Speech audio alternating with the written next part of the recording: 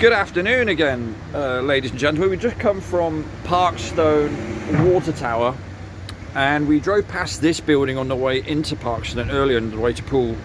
This is St. Dunstan of Canterbury Orthodox Church. Now, you ain't going to see much while I'm pointing the camera at this door, but when we take a step back and take a little walk around this spectacular building that I never knew existed until I drove past it today, even though I've lived here nearly 7 years. Look at this.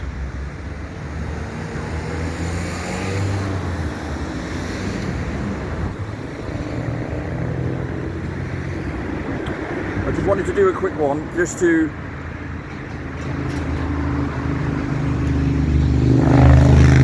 almost act as a bit of a taster. Excuse the motorbike bombing past there.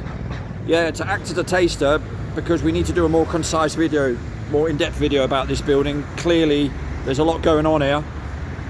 There are various different dates that are given about when it was completed. 1927 is a date that's been mentioned. 1914 it's got on there on the top of the gutter on there. I can certainly see from here, but maybe through the camera you can't see it properly. You've got those windows that we keep talking about. You've got what Ellie was saying that resemble batteries. In 1904-5, the eastern end of the church apparently was built. Right, the eastern end of the church was built in 1904-05, which means some of it was already standing. Yeah, so we have that narrative again of how... There we go, there's a name there. Statue there, but that obviously wasn't there to start with. There's St. Osmond, whoever the hell that is. Yeah. But, you know, you've got 1914 on the gutter up there. Anyway, I'm just walking around it and showing you a little bit. I'm a little bit close up to it, I know. But this building here, literally, when you look at the architecture, I've been to Italy, I've been to Spain, been to all those sort of southern European countries, as it were, and they all have these features on them that you don't really see in England very often. But look at that. I mean, it's quite astounding, isn't it? Yeah, there's a lot going on in this building that we'd have to take another really close, in-depth look at. I mean, we went round the sides. Yeah, I mean, the size of the door again, the archway is far too big. I think this goes well deeper into the ground. Well, we know it goes deeper into the ground. I'll give you an example. If we go around here, the ground levels are already changing slightly. And if you go around the other side, you'll see it even more clearly. We'll do that in a minute. But look at that. From a distance, it actually looked like a bit of a jailhouse, didn't it? Like an old Victorian jail with the or a workhouse with the matron's bit in the centre, because that's a feature of a lot of workhouses. You can't really see it very well from where I'm pointing it now. If I go around the other side, you'll see that central focal point there. That's that circular building that's behind that gable with the window facing us, right? There you have the bell towers there. There's two of them, so there's that one and there's one next to it as well. Again, bricked up archways or windows where they've plonked statues in. Well, one left. And again, basic architecture across the road, right? Nothing to write home about. And then you go across the road here, and as Ellie's just pointing out, she's using the word battery, which, yeah, I think there's something to that, definitely. Look at that. It's stunning. What a stunning building on the south coast of England.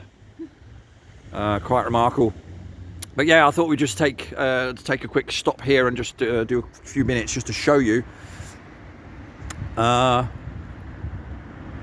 It's just unbelievable. You know. 1914.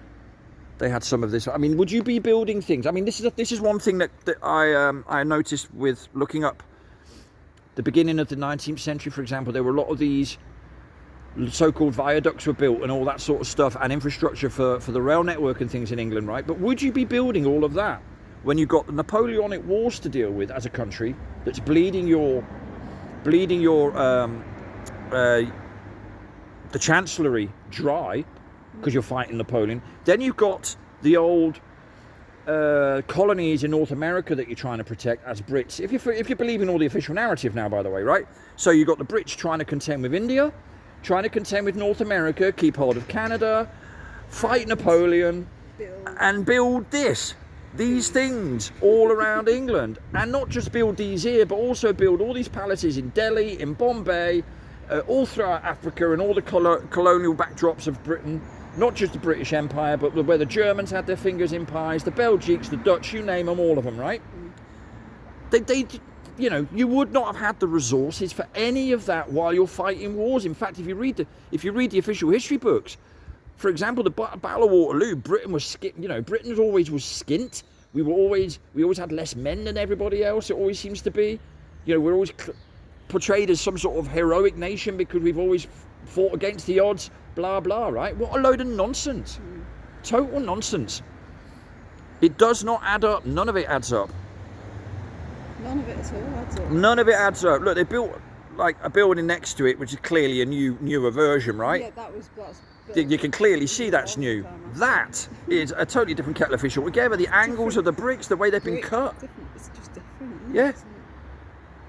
it? It's. I mean, we haven't even started looking at it properly, but there's loads you can see just on one glimpse. You know, let's go around the other side and see if we can see anything from the side of the gable, as it were. See, they've even done that to make it look old. That's it. They've done that to make it look like it's part of it, and blah blah. That's stunning.